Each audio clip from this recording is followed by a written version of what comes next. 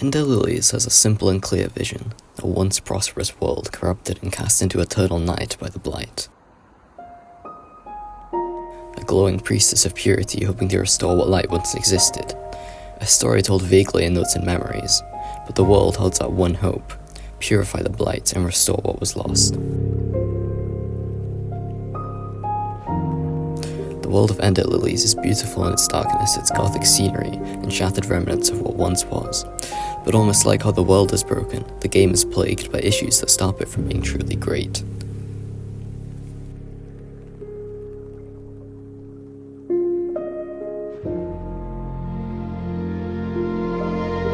Immediately, with its title screen, it nails the tone. Black interrupted by a sharp white. Melancholic falling rain, a symbol of destruction in the game. And most of all, of course, the music. Ender Lilies primarily makes use of the piano in its OST, which is an excellent choice. The soundtrack reflects the world perfectly, an instrument that is elegant, capable of being soft and light in a range of tones that allow for a solo set of keys, to be used mostly alone for a whole piece. This title screen theme, Lily, conveys the soul of the game. This commenter put it better than I could have. Soul and purpose, that's what this symbolizes. Something dear and beautiful has been lost. A wrongness has twisted everyone and everything. Spirits must be laid to rest, the bodies buried, and knowledge preserved to prevent the next catastrophe. The Blight must end. Ender Lilies, somber, graceful, at times broken, but this game had a vision, one that doesn't always feel honored, but nevertheless, beautiful.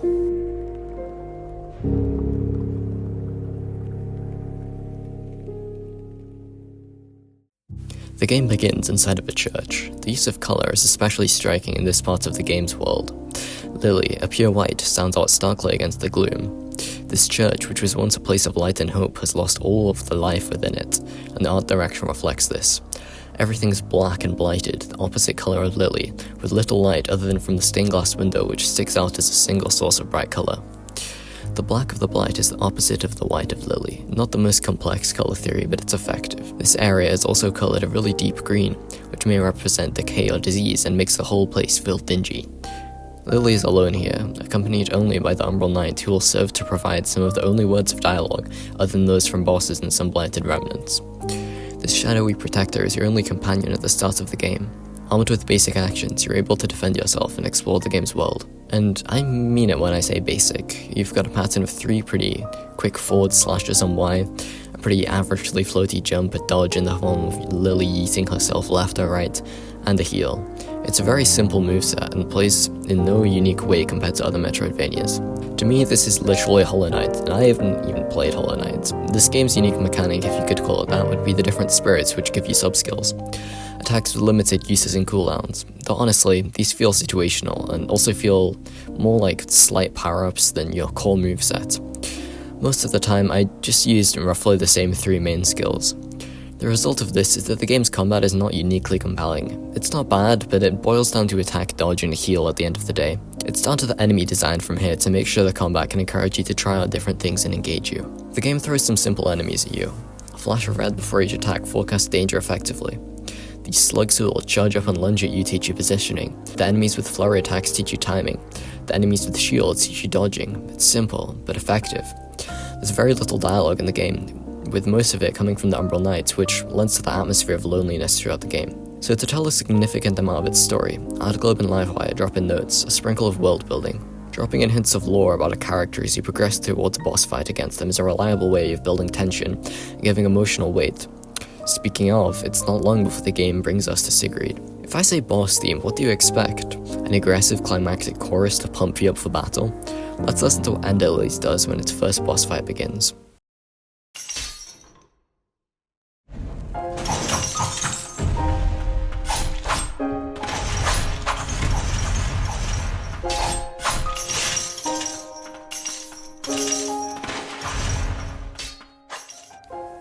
There's no rage here. This is a funereal task that Lily must carry out in earnest. No resentment. Purify the Blight. Do what must be done. Give Sigrid the rest she deserves. Beautiful. The arena is lit by an audience of candles that both give it a different aesthetic in terms of colour, and give it a sense of the mournful, especially when combined with the altar.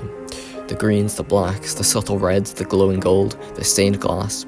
Yours are aesthetically very strong. Sigrid leaves herself wide open with her attacks, as well as giving you plenty of room to heal, teaching you the flow of a boss fight smoothly. It almost seems like it's over too soon until...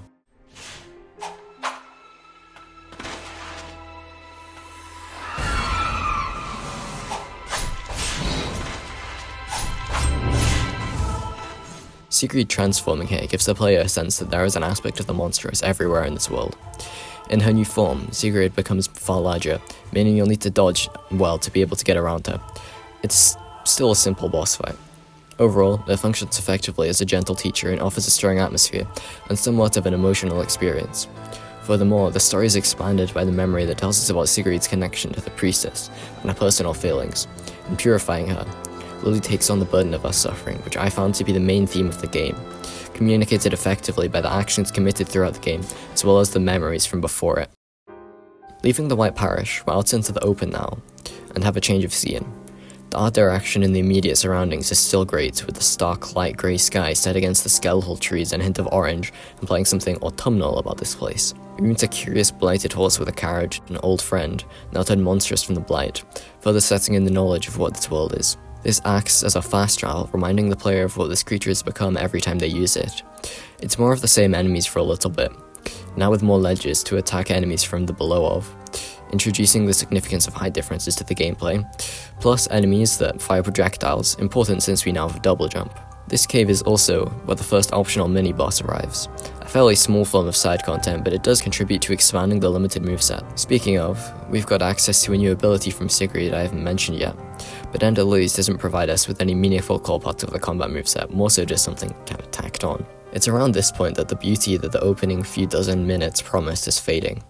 In truth, the first area of the game was tragically where it peaked. The actual cliffside hamlet itself is weaker. No particularly interesting new enemies, and the backgrounds have gone from haunting to just kind of generically dark. We get a lot of samey stuff in these old rotten buildings before we eventually arrive at the Elder Warrior Gerard. This boss fight feels somewhat out of the blue and tonally is weird. The first phase music makes it sound like someone just died, but I don't even know who this guy is.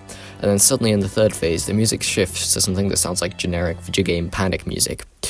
It's so odd. The bosses in this game, especially with the music, are so tonally confused. Perhaps in the game's favour though, Gerard has a significant difficulty spike.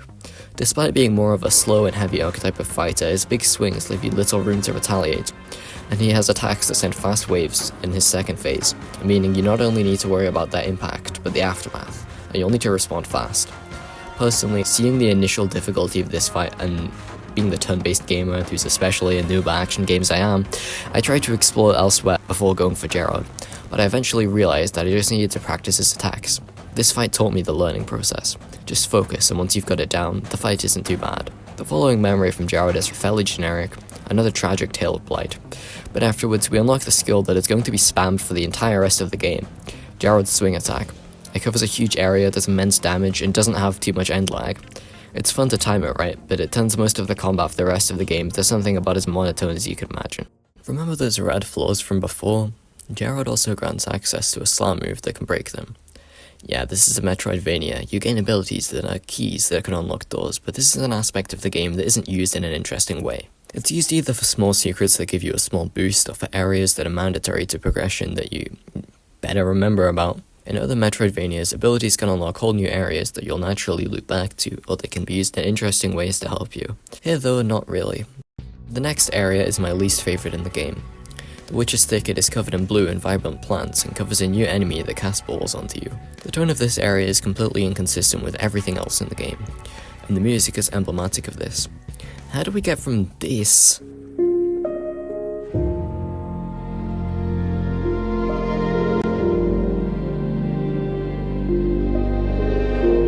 to this? As Okabe abandoned his beautiful vision, the game doesn't have a grave tone 100% of the time, but the world is supposed to be dying and fragile, and this Witch's Thicket is introduced suddenly and clashes with everything that comes before and after it. Even in a different game, it wouldn't function well. As a weird and magical secret garden, it's pretty weak. A song with a tired rhythm, plain visuals, there's not much to praise here. Even the navigation sucks. It's so often completely unclear as to where to go, with the correct direction being in some random route that's easy to forget about. Again, other Metroidvanias have done this much better. I'm looking at you, Metroid Dread, for somehow finding a genius way to lead the player around to everywhere where they might need to go. The Witch's Thicket sucks, and I'm glad when it's over. However, our Globe and Livewire are still capable of delivering. They've been hitting at the catacombs for a while now. And finally, as we exit the game's worst area, we are introduced to the wonder of something completely new.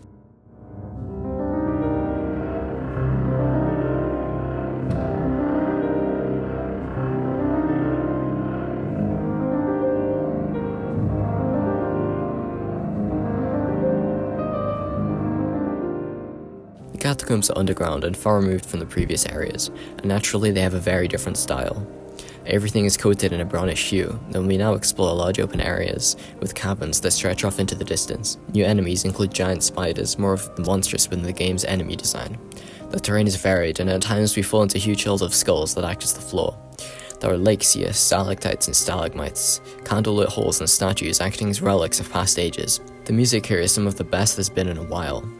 There are some fantastic ostinatos and arpeggios that invite curiosity into this region, and they echo out into the distance as though the piano is being played right there, accentuated by the vastness of these caverns. This area is such a breath of fresh air coming off the back of the Witch's Thicket. It feels like they remembered what game they were making. Millie got back on the piano, the game started taking itself seriously again. This is only made better by the boss that comes at the end of this area. Silva is the second and last Guardian fought in the game, and she functions in the same way as Sigrid in terms of her phases and transformation. Silva tests your skills by introducing fast-seeking projectiles into a Guardian fight, which is a natural progression for the game's bosses. She's still one of the easiest bosses in the game, but it's nonetheless a well-designed fight with great atmosphere. I love the Guardian boss fights because the Guardians are people given an immense burden, causing them unbearable stress and the duty to protect the priestesses. The story of these characters feels heartfelt and relevant to the overall plot as a result. Defeating her unlocks an actual dash as well as a hammer that can also be used for parkour, and even a third thing, a gauge, which can be spent to use a special version of any main skill. Suffice to say that this boss gets some bonus points for all its cool rewards. A drastic change in scenery happens again when the catacombs are exited. Somewhere in the land that never sees summer, the twin spires can be found, a remnant of a place that many souls fought bitterly to protect, now housing only blight. Through notes, we read about the wars that were waged over power and disagreements over territory, and the terrible experiments committed on the people here. Knights contorted to become monsters with wings, they say. And with our own eyes, we see the abominations crafted by the blight, the ones we must purify. The music in this area starts with this haunting, droning piano key. It's simple as ever to begin with, in classic Lilies style, but the song then picks up with these heavy strings, giving this track emotional weight. The hopes and fears of those who defended these spies that we know from their memories are felt here. The world building in this part of the game is especially important, as it relates to the historical conflicts within the game's world that led to Land's End becoming blighted in the first place, and it's executed with sharpness. Regarding the battles that took place and the soldiers who once inhabited the spires, the diary entries tell a tragic tale of the ones who held out here. The gradual imparting of information is so effective here. Though if I'm being real, as far as gameplay goes in this section, I feel like Sisyphus playing this game. The winged enemies bring out a second attack when you least expect it, and they never relent. If they corner you, you can be completely done for. The annoying navigation returns, as unclear as ever, which can easily result in the player covering the same ground for hours while looking for the route forward. There's also a part with a timed door requiring the player to get through an area under time pressure, which ends up being a little annoying considering the fact that you'll want to clear out each and every enemy beforehand to run it optimally. Though one of this area's best moments is the stunning shot of the castle in the background when you step outside, foreboding of what's to come. Ulf's boss is another solid one. The arena is surrounded by roses, the striking red perhaps representing the bloodshed experienced at these twin spires. The song opens with a string solo, a surprising change from the rest of the OST. Ulf's battle is a duel with an old battle-hardened warrior. He's fast and aggressive and his attacks are fun to learn. You'd better remember that wall from after Gerard, because to progress here, you need to use the newly unlocked wall climb. I'd like to mention how silly Lily looks here, just bouncing upwards while Ulf does all the wall climbing. The next area is of a similar style, the ruined castle, the home of the king who's waged wars across these lands. Tonally it's weaker with slow and fairly generically melancholic music. The scenery isn't nearly as breathtaking either. The new enemy types are of note though, as there's a much faster shield enemy who's smart and reacts to your actions. This is great for getting the player to utilize the speed of Ulf's attack. We also get men fused with horses to create centaur-like creatures. Such fusions have been hinted at beforehand. Navigation remains somewhat of an issue here. The Ruined Castle also loves to give you challenge chambers that lock the door until all enemies are defeated. It's a good idea, it forces you to engage with the enemies and test your endurance, though a particular spirit summon that automatically attacks, which you get from a mini-boss prior, can make these really boring. You can camp on a wall and wait for it to kill everything for you, which is a lot easier than actually trying to win. To be honest, I don't really want to tough out all of these arenas in the gauntlet of consecutive chambers that appears later on, so honestly, I'd rather use this strategy, but damn if it isn't lame. The boss fight against the Knight Captain Julius is nothing new. Another duel that's enjoyable to learn, with Ulf being especially useful for his speed. Julius' memories are significant to the lore of the king and the kingdom of Land's End. I enjoy the resentful character of the Knight Captain who wanted to kill the corrupt ruler. There's absolutely nothing that would hint at the existence of some random extra area to the right of the Witch's Thicket, but nonetheless, a single boss key check at the end of the game makes the stockade mandatory. This is the domain of the Executioners, so naturally it's quite grim, and loves to make use of the darkness, though this darkness is also accentuated in contrast to the few glimpses of green. This area's darkness lends to its mystery and offers you a lot of different routes to take, though it doesn't last long. Hoenir is the first and only of two bosses to spawn in minions to fight for him. He's perhaps the most interesting boss in the game in terms of gameplay, due to this factor, as well as his unusual style of running away from the player instead of towards. He's essentially like a ninja of sorts with high agility and short-range projectiles. To defeat him, the player requires the right timing to attack between the strikes of the Executioners, and that of Hoenir himself, which also requires them to be very fast in order to make use of the small time windows they get to attack. This fight offers a really unique challenge by making the player learn enemy behaviors that are completely different from other bosses in the game, as well as tight positioning and use of the dodge maneuver between enemies. For its gameplay qualities, I enjoy the fight, but if I'm gonna be real, I have no idea what Millie were doing with the music on this one. The major key melody sounds so unserious and out of place that I just do not understand what they were going for with it. The next of our Metroidvania upgrades is a grapple, which feels forced when mandatory content makes use of it, but then again, the way it opens the path to some optional things is well integrated, and who doesn't love a grappling hook? It feels liberating to be able to launch yourself into the air and continue to jump or dash afterwards. Following the path that Hoenir leads you to, you'll find yourself at Land's Edge, and lo and behold, there is Fretia, the priestess of the fount, the original priestess from whom Lily is derived. Following her, a gorgeous room of waterfalls and lakes covered in white and red lilies is found. At this point, Lily is purified, and the burden of purging the blight is taken off her shoulders, with Fretia lamenting the suffering that Lily must endure. This is the game's ending A, an early bad ending. I think it's interesting the way it deals with Lily rejecting her burden, and how that relates to the game's themes. But we're not done here. There are still 2 more areas before we get to the game's real end. From some random part of the Witch's Thicket, you can reach the location in which the blight was experimented with. This is the Verboten domain. They really just translated forbidden into German and thought we wouldn't notice, huh? Anyways, to reach the source of the blight, we have to progress through this bioluminescent area with very colourful and pretty respite rooms, which is also covered in blighted air.